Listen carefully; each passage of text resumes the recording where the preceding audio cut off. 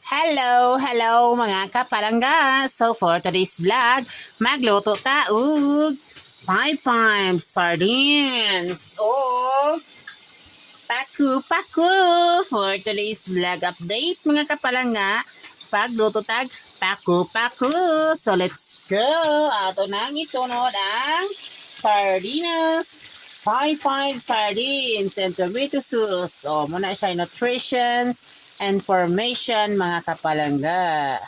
Then, ano siya mga kapalangga, expire date niya is, ang expire date is 27 April 2028. So, ato na niya siya. Imikos. Let's go! Kuha na ta sa mahiwagang sandok made in Japan. Oh, di ba mga kapalangga? Imikos na to ang atong sardinas. O ato na dayong itlonod ang atong paku fresh from the farm. Paku. I love paku. Paku. Dayon, ato dayon ni siyang imikos. For today's vlog mga kapalangga, magmikos taog paku. Dayon, ato dayon na siyang bitsinan og Ajinomoto. Oh, Ajinomoto mga kapalangga, like this. Pack.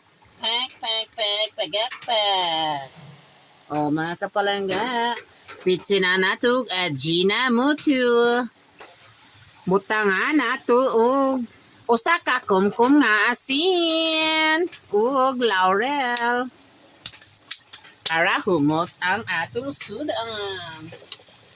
Ag atong imikos para maluto siya mga kapalangga. Pagkahuman ani, lamig na ni siya karon. Ano siya mga kapalangga? Pinobrera taron. Okay. Wala tayo diyot. Nata iyot, pero wala tayo diyot. Kung taga-asa ka, comment na diha mga kapalangga. Kung nakaabot na karon ini nga video, pwede kang mo comment. Kung taga-asa ka, kaya atong i-shout out for the next video. So, ato na siya pabukalan. Lami aoy. Kay jutay raman kaayo ang iyang tubig mga kapalangga. Butangan nato usa ka galong tubig.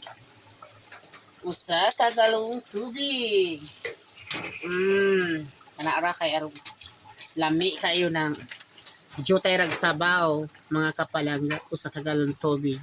So mura na siya mga kapalangga ang among sudan for today's vlog update.